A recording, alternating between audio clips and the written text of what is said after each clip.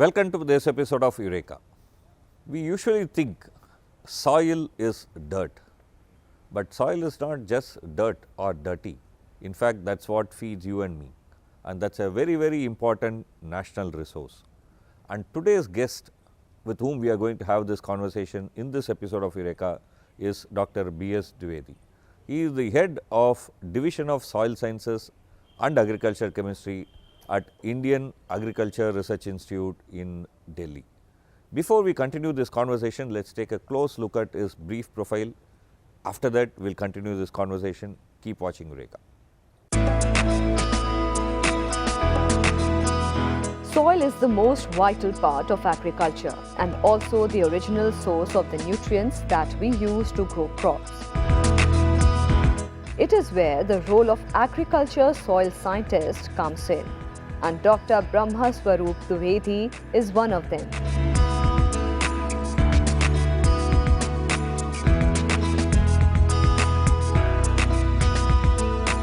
Currently, he is heading the Division of Soil Science and Agricultural Chemistry at the Indian Agricultural Research Institute, New Delhi. Dr. B.S. Dwivedi did his MSc and PhD in Soil Science and Agricultural Chemistry from C.S. Azad University of Agriculture and Technology, Kanpur. After joining Agricultural Research Service of ICAR, he served as the ICAR Research Complex for NEH Region, Shillong, Project Directorate for Cropping Systems Research, Modipuram, and IARI, New Delhi. During his professional career of over 32 years, Dr. Dwivedi made original research contributions for improving soil health and nutrient use efficiencies through innovations in soil testing, site-specific nutrient management, conservation, agriculture, and crop diversification in rice, wheat, and other intensive cropping systems. He did pioneering work on barrow management in acid soils. In order to take soil testing at farmers' doorstep, a novel technology named PUSA Soil Testing and Fertilizer Recommendation Meter was invented and widely commercialized under his leadership. The digital kit analyzes 14 soil parameters and can be operated easily by educated rural youth. Dr. Dwivedi standardized real-time N input to curb excessive use of N fertilizers and refined the deficiency thresholds of zinc and boron in different soils and crops. Dr. Dwivedi received many national and international recognitions. Noted among them are Rafi Ahmed Kidwai Award of ICAR, Hari Krishna Shastri Memorial Award of IARI, S.S. Ranade Lifetime Achievement Award for outstanding contributions to micronutrient research. Also, he is Fellow of National Academy of Agricultural Sciences, Indian Society of Soil Science, and National Academy of Biological Sciences.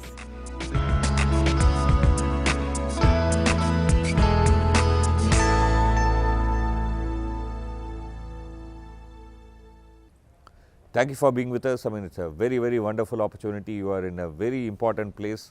What people usually think as dirt is what feeds you and me, and also is a very important national resource, right? So, what is soil from the point of view of agriculturalists? Soil is a natural living body, and as society generally feel that soil is dirt. It is not a dirt, it is a living body. And if you see our mythology also, everything is born from soil and everything ends in soil. So, we call soil as a mother. Mother means the creator. So, and it contains a large number of biological microbial population. So, soil, you can say life cannot be with soil and soil cannot be with life, without life. It has a great societal value. Not only a medium for plant growth, but several other functions which soil performs for welfare of humanity, and thus it should not be taken for granted.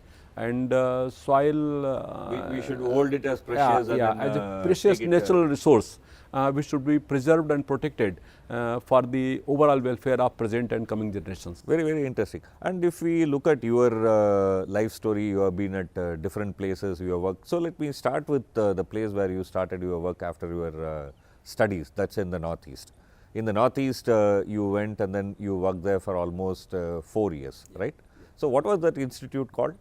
The institute was ICAR Research Complex for Northeastern Hill region. Those days it was located at Shillong. Now it is at Umiam or Badapani. Okay. So, when you went there, one of the major challenge that you found was that the soil over there was highly acidic. Yeah. And then that was an important challenge for increasing the productivity. Right. When you say soil is acidic, what does it mean actually? The soil pH is less than 6, and because of soil acidity, several nutrient and fertility problems are there, and the productivity is very low. So, acidity has to be reclaimed through liming. A major work in that area was going on liming of acid soils. But my initial training was in micronutrients. So, I have looked those soils with micronutrient deficiency angle, and I found that boron deficiency was a major problem there. Okay. And there was no work on boron in that institute. Boron? Boron. It's not a very usual chemical that Yeah. we will Yeah. hear of. Yeah. Right? Huh? So, boron deficiency is very, very common. Why it is a very important element for growth, I mean of a plant? It is one of the most essential nutrients for the plants, though taken by the plant in very small amount, but it is important for flowering and seed setting. Okay, So, flowering and seed setting. Yeah. In fact, that's I think most important from point of view of humans, right? Yeah. The plant may need everything else, but we usually consume what is produced as Right. seeds or fruit, right? Right. So, that is how nowadays actually one health, we call of one health. So, means soil, plant, animal, human and environment, all health of all these entities is one.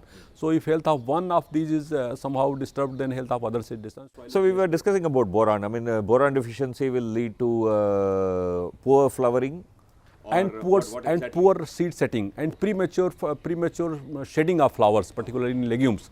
So, we started our work in vegetable pea there and pea based cropping system. So, we found that with the application of boron, there has been several times increase in the yield. So, initially actually we have been in these areas when we were working, we thought 10-20% increase in yield, but there we thought several times increase in yield because there was no flowering or complete So, the situation was really so drastically poor that yeah. even a So, small that intervention encouraged me to continue my work on boron in that area. So, for 3 years we published a very good work. See, when you went to this place which is Northeast, which is having its own culture, its own way of life, I am sure you would have had a very, very interesting experience, something that is startling, something that was very dramatic.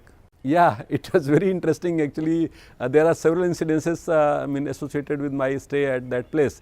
But once when we went to farmers fields in remote area for soil sampling, because that was a part of our studies, then farmers were very aggressive, and then they surrounded me and took me to their village, and then because they thought that we came to take something from their fields and all these things. But then we met a village headman. So, they have a culture of village headman, or what they call Gaon Buddha. So, he actually decides what is to be done in that village and leads all things. So, when we met village headman and told him all my problems and my initiative for that village, so they really he called all villagers, not of his village but several other villages also, and then introduced us, our team, and then for 3 years or so we worked very comfortably there, and they welcomed us. They are actually very simple people, and once they know that you are working for their welfare, they really not only respect you, they sometimes it felt so bad, they took us like a very godly kind of people, that how we were working for their welfare. So, that is really great. Looking at this agricultural sciences, particularly the division, your division itself has this name agricultural chemistry. This itself emerged somewhere around 1800s in Europe, when Europe had to grow more crops, more food, because the population was growing heavily in those days, and Liebig who came with this idea of law of minimum, right. So, what does this law of minimum say? Justice Van Liebig actually gave law of minimum, and which says that even in fact in those times Liebig did not use the term nutrient, but he meant nutrient. So, he says that if everything, all other factors are in optimum, but even if one factor is missing, then the productivity will be governed by that missing factor, and that minimum factor, minimum amount of that factor. So, that is how that law of minimum is relevant today also. So, if all nutrients and all factors are in optimum, but even one nutrient is deficient or in missing in smaller quantities than optimum, then you can your productivity will be decided by that. That's exactly what you found in practice in absence of boron in Northeast, right? In your work. We were talking about your experience in Northeast, and then later you shifted to Indo-Gangetic Plain, working in Indo-Gangetic Plain. Soil is just soil. So, why is there any difference? Why one would look at something different in this region? You have asked very important question. Soil is just soil. So, it is actually not just soil, because when India is a region of great diversity, a country of great diversity. So, here soils of northeastern region are altogether different from soils of Indo-Gangetic Plain. Soils of Indo-Gangetic Plains are formed in the by the alluvium deposited of Indus and Ganges in river system. So, here actually intensive cultivation is practiced. Rice wheat cropping system, which is most widely used cropping system of India, that is in this region, and several problems that emerged out of extractive cropping. Extractive cropping I say because rice wheat system is high nutrient demanding system, high productivity, and thus requires high nutrients, nutrient requirement is high.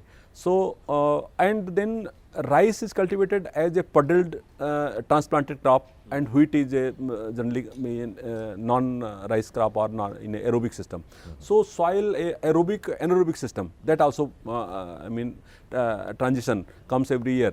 So, this actually creates, you can say, several type of soil problems, physical problems, soil biological problems, and soil fertility problems, particularly nutrient mining from the soil and subsurface compaction. So, these are the problems in which I actually understood when I surveyed the areas, and then I started my work in these fields actually. See, one of the claims that people make, perhaps it is true, is that today farmers are using excessively fertilizers. So, one is not talking of actually deficiency, but overuse. What do you think about that?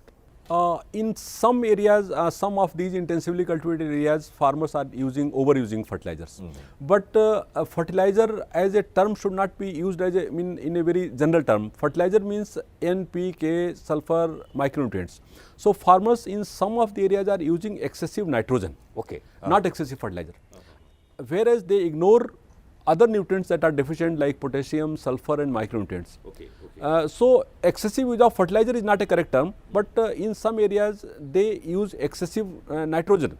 So, it is something like sometimes we have a food habit which is not actually balanced, but we eat quite a lot of, let us say, maybe rice or roti, it's like that only. Actually balancing it with enough fruits and vegetables. It's a kind of similar problem, right? Okay. So, when this is a problem, when in major part of India that you have a problem of fertilizers being misused, or your soil health is not properly maintained, it is important that farmers know what is in their soil, what is missing in their soil, so that they can actually add, right? So, in that you have developed a very interesting instrument called a meter, right? Can you tell us something about that? Yeah, actually our team of scientists developed a very good, you can say a very innovative kind of tool called PUSA Soil Test Fertilizer Recommendation Meter, or PUSA STFR meter. It is a mobile lab in itself and requires only 2 tables and 1 power point plug, and it can be established, installed anywhere in the village, and then farmers get a quality service, quality soil testing in the village itself, and it analyzes actually 14 soil parameters. 12 of those parameters which are included in soil health card of Government of India, and 2 additional parameters, that is lime requirement and gypsum requirement, lime requirement for acid soil and gypsum requirement for sodic soils. So, it gives and then it is programmed to give fertilizer recommendation also. So, once you get soil test values, then it asks for which crop you need recommendation.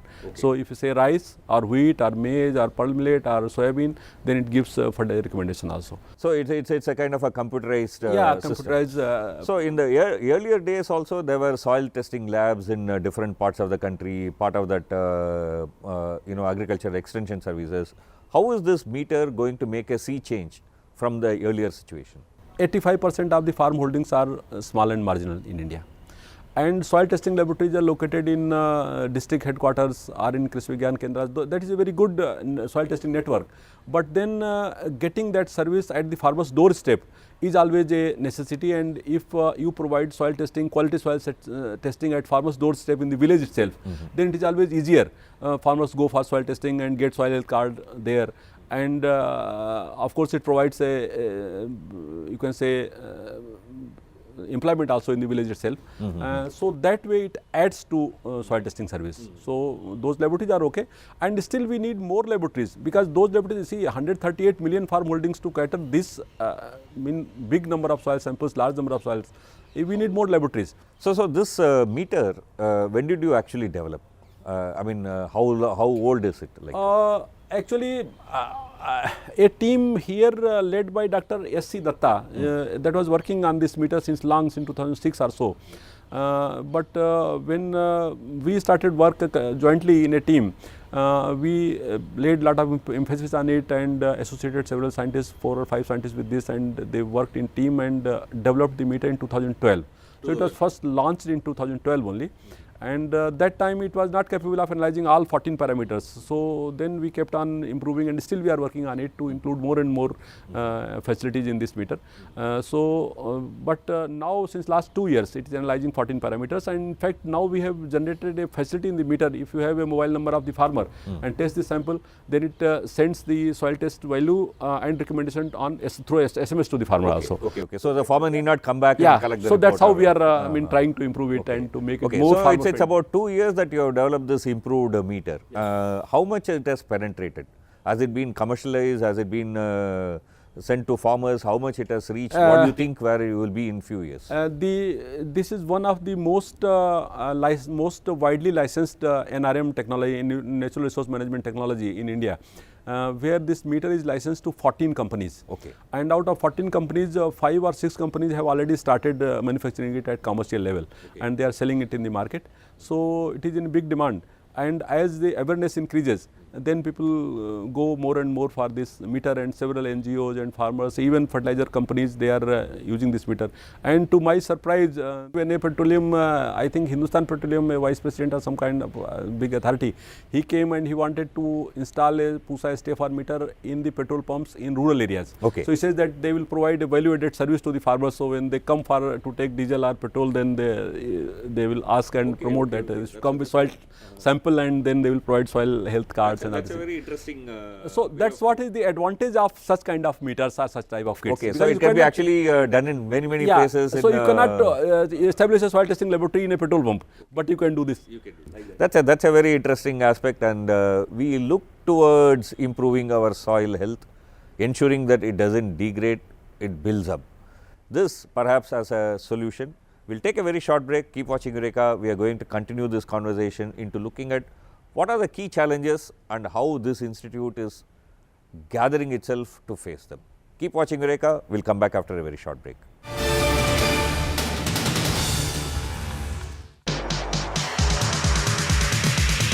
नेता बेशक राजनीति करें, लेकिन जनता का तो असली मतलब होता है अर्थनीति से, यानी वो नीतियां जो हमारी जेब पर असर डालें या फिर सुविधाओं में इजाफा करें। कैसा है भारत का आर्थिक वातावरण और क्या है हमारी चुनौतियां?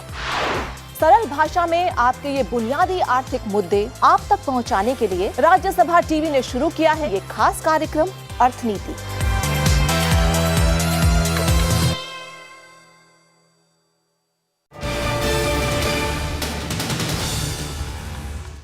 Welcome back to Eureka. We are having a very wonderful conversation with Dr. B.S. Dwivedi. He is the head of Division of Soil Science and Agricultural Chemistry at the IIRI PUSA in Delhi.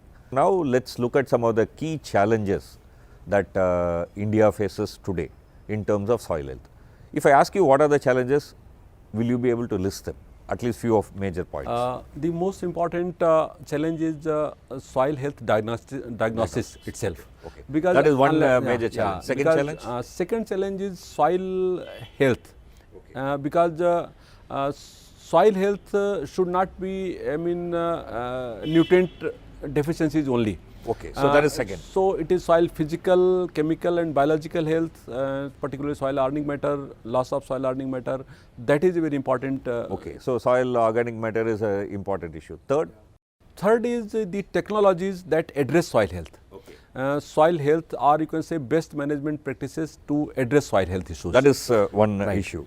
Then what about efficiency of fertilizers or nutrients that we are putting? That is that actually cuts across all the three priority areas which I listed.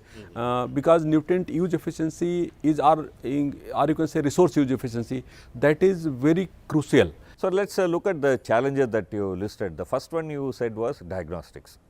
In the area of diagnostics, one important step that you have taken is this soil health meter, which can become handy and it can be improved further. What other diagnostics tools we need? One is soil health through looking at some 14 parameters. What other tools we require? Now actually we need AAS, ICP and other equipments which should be available with the laboratories, soil testing laboratories, wherever soil health assessment is going on. So unless those laboratories are very well equipped and very trained human resources there, the soil health diagnostics cannot be taken. And then newer technologies are coming, drone assisted soil testing, and then hyperspectral tools of dry chemistry. You can, so those things, those newer technologies should also be welcome, and then we have to bring in perfection in those technologies, validate for Indian systems, and then those could revolutionize soil testing in the times to come. See, one of the technologies that you have been working, I mean, when we, another challenge that you said is that developing novel technologies. So, one of the technologies that you have been developing is that how to ensure that the micronutrients are released slowly, so that the plant is able to use it when it can use. Can you tell us about this project that you are working on? Yeah, actually when I say nutrient use efficiency is very low, so it is not only with major micronutrients, nitrogen, phosphorus and potassium. So let's look at first what is the use efficiency today. What will be the use efficiency of, for example, nitrogen? Nitrogen is in general 30 to 50%. In fact, rarely it is 50%, it is 30 to 40%, 45%. What will be the other areas? I mean, other nutrients, what will be the nutrients, say for instance, phosphorus is not more than 20%. In acid soils it is around 10% only, but in these soils, say Indo-Gangetic plains, it is 20%. Potassium also 50-60%. Then micronutrients use efficiency is less than 2%. Less than 2%. So 98% is not actually used by plants. Yeah, not actually used by the plant, is stored in soil and sometimes creates nutrient imbalance also, because moreover in a short time it is a you can say imbalance comes later with continuous application of that nutrient and storage of unused metal, because most of the micronutrients are metals. But then the cost of cultivation. So we are unnecessarily investing in that and increasing cost of cultivation. So how do you tackle this? How do you develop a novel technology for it? We have started working since last 5 years on novel delivery systems. So we are in fact working on nitrogen, phosphorus and micronutrients also, but we got very good leads in micronutrients, particularly for zinc and boron. So we developed a nano clay polymer composite. And in that matrix of that composite, we have loaded the zinc and boron fertilizers, and then when those kind of NCPC loaded, nano clay polymer composite loaded micronutrients, when those are applied to soil in root zone, then the delivery is slow, which often synchronizes with the crop demand during the active growth period of the crop, and thus the use efficiency, which is less than 2% or say sometimes 1% only, is increased to up to 12%. Up to 12%, so 12 times. 12 times increase in this. So that is really great to see, and we are working on those technologies, further perfecting, validating it, and in fact very shortly we are going to commercialize those technologies. What are the major challenge in a country like India, which is a tropical country where the sun shines, is ensuring carbon in soil, right? So when you put maybe even a organic material which contains carbon, it gets actually oxidized and lost. So, how do you address this challenge? Actually, this question is very difficult and very important also, and not only scientists, but general public and our audience and also policymakers have to understand that carbon buildup in these soils is very difficult task. Okay. It is easier to say, but building carbon is very difficult in this kind of climatic conditions. So, our practices and our availability of organic sources, both are important. One, the practices, for instance, straw burning you have seen in month of November and December, so too much of smog and all health problems. So, this is a wastage of resource. So, we have to see that how residues are retained in the soil, so that carbon that we harvest from the soil in grain or in biomass, so part of it goes to, now it is said that grain is for our consumption and straw or biomass is for soils. So, that is one. So, we have to develop and perfect technologies for retention of residues, and those are recycled back, so that carbon is there. This is one. Second, how to have quality organic manures, because nowadays in villages manure is not there and quality manure is not there. Whatever is there is a very poor quality. So, in my opinion, actually there should be a community level approach that in between a cluster of villages or in the village itself in a corporate manner, a very, you can say, business model kind of thing, where like we have for milk. So, taking garbage from the village and then a mechanized composting plants are there, and then making available quality compost to the that area from where garbage is collected. That is that may actually have a much more beneficial, more quality carbon, and then giving quality manure, and then giving employment also to rural youth. Because nowadays, if you say that somebody will soil his one's hands and then go for digging manure pits and all this, so I don't think it is practical. Another area is, if we look at the history of agricultural research, of course, as human being we have always been inquisitive, but when we talk about from the modern science point of view, it is about 1820s, 1830s that this whole area emerged. Then when it emerged, it largely emerged as agricultural chemistry, but today we know that it is not just only chemistry, but the soil is large amount of biology. Now, if you look at the way the research is going on, it is all happening in silos. You know, the chemistry is one place, the biology is in another place, water is in another place, nutrient is in another place. How do you see that where we are? I mean, do you think that we need to have some kind of a more integrative approach to research? Agriculture by default is a integrated system. So, if you address agricultural problems in isolation, in compartmentalized mode, you will never come to a holistic solution, and that is what unfortunately happened in past. So, still there are very few experiments at research stations, though we have started some work at our institute in Pusa, but in many of the universities water research is separate and nutrient research is in isolation, and that is how we are not able to address the nutrient efficiency and water efficiency issues at farmers fields. So, in my opinion, actually there is need to develop a very wholesome technology for addressing nutrient and water use efficiency issues with a very well planned and systematic experiments on under controlled conditions, as also on farmers fields, so that we come out with a really more realistic kind of technologies. One of the major program that now we have embarked for moving towards this evergreen revolution is ensuring soil health. There is a program called Soil Health Card. Can you tell us something about that?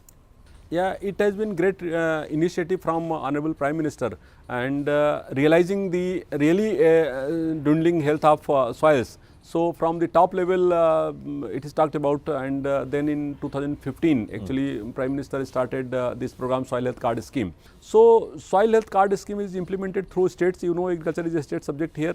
So, it is implemented through states, and so far I think 15 crore of soil health cards have been distributed to farmers. But in that actually the feedback is also very important, and so to strengthen this scheme further. Okay. And the quality of information provided to the farmers, that is very important, and strengthening of laboratories. So, government is aware of those things, that how to further strengthen the laboratories to make it a more quality and more you can say realistic kind of information that farmers get and get benefited with that. People like you, your institution, hardworking farmers, policy framework like a soil health card, all go in way to ensure this evergreen revolution actually takes place. We will learn from the lessons from the Green Revolution. We face some challenge. We will learn from that lesson, and then we will move forward. I am sure with your leadership, this institution will also meet the challenge that is facing us. With this, we need to end today's conversation. Keep watching Eureka. We will come back with another interesting conversation next week, same time.